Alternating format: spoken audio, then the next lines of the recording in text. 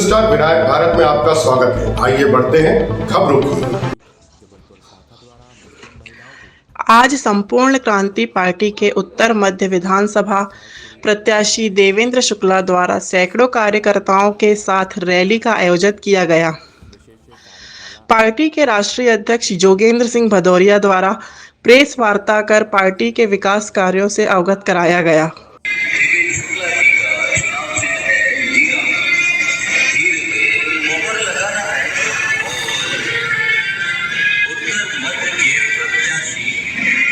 जी बताइए।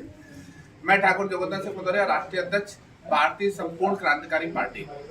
आज मैं जबलपुर में हूँ।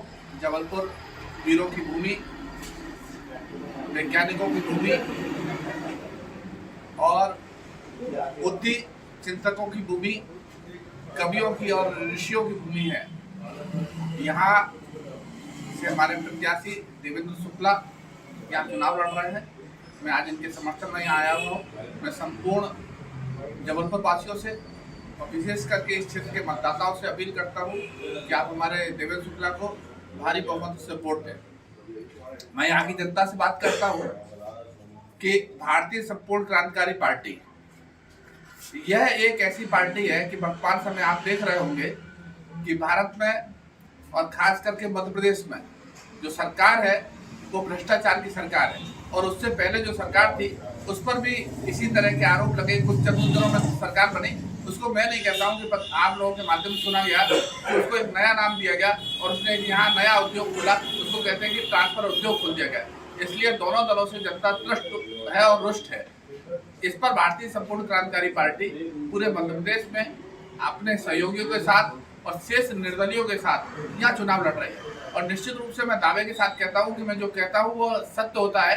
पिछली बार मैंने कहा था कि मध्य प्रदेश, छत्तीसगढ़, राजस्थान तीनों राज्यों में भारतीय जनता पार्टी चुनाव हारेगी। उस समय लोग जो है मेरे सुनने को, मेरी हंसी भी उन लोगों ने उड़ाई होगी, उसकी कोई बात नहीं, लेकिन वो मेरी बात सत्य रही। उसको आप गूगल पे, मेरे यूट्यूब पे और तमाम देश की मीडिया पर आप जाकर के देख सकते हैं कि मैंने जो कहा वह सत्य हुआ।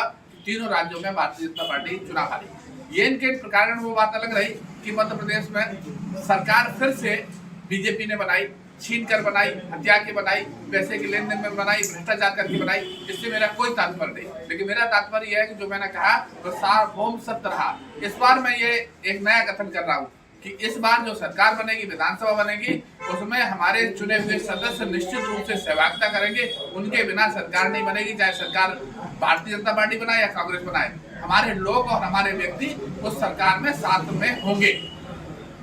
तो मैं पुनः आपसे ये कहना चाहता हूँ कि इस बार जो है सरकार स्वच्छ और साफ छवि के लोगों के साथ बने। ये दोनों दल आपराधिक, इनके सारे सदस्य इस देश में आपराधिक पृष्ठभूमि के साथ जुड़े जाते हैं।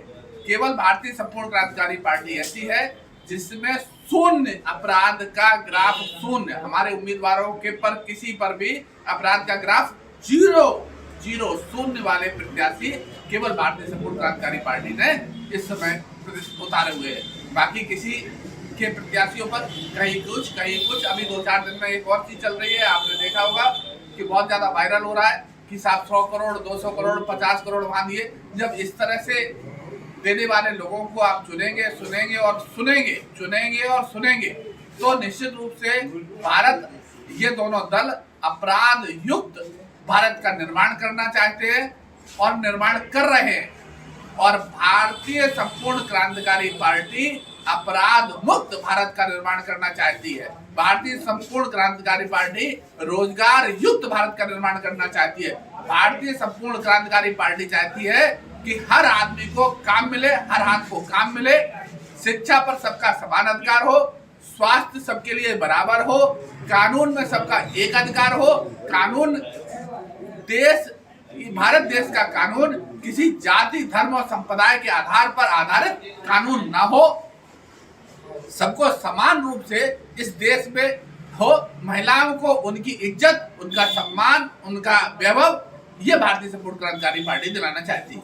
अब आपकी पार्टी के प्रत्याशी अगर जबलपुर में जीतते हैं तो आपके विकास कार्य क्या होंगे? हमारी पार्टी के प्रत्याशी जबलपुर नहीं पूरे मध्य प्रदेश में जीत रहे हैं। मैंने पहले ही आपसे एक बात कही कि मैं दावा करता हूं कि ये सरकार जो विधानसभा होगी इसमें भारतीय संपूर्ण क्रांतिकारी पार्टी के सदस्य उसमें चुन करके जाएंगे।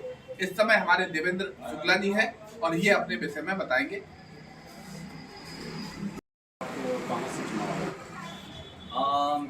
पहले तो मैं धन्यवाद करना चाहूँगा हमारे राष्ट्रीय अध्यक्ष जी जोगिंदर सिंह भदौरिया जी का, जो जबलपुर आकर उन्होंने हमारा उत्साह बढ़ाया।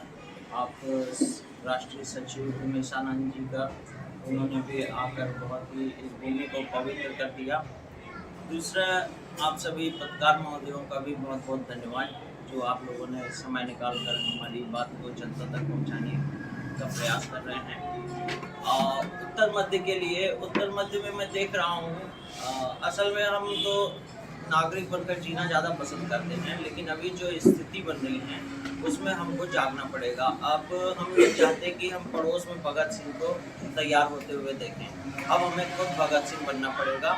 आप देखिए, हर जगह रोड खोदी पड़ी है, हर जगह नाली चौक है, पूरी विधानसभा पूरी तरह से नष्ट हो चुकी है, कहीं पर भी कोई व्यवस्था सुचारू रूप से नहीं है। भ्रष्टाचार अति रूप से बढ़ रहा है, जहां एक 4-4, 6-6 महीने में रोड बनाते हैं और खोदते हैं। पहले से प्लान कर लेते हैं कि यहाँ पर हमको फ्लाईओवर बनाना है, तो पहले रोड बनाएंगे, फिर उसको तोड़कर और उस पर फ्लाईओवर बनाना चालू करेंगे।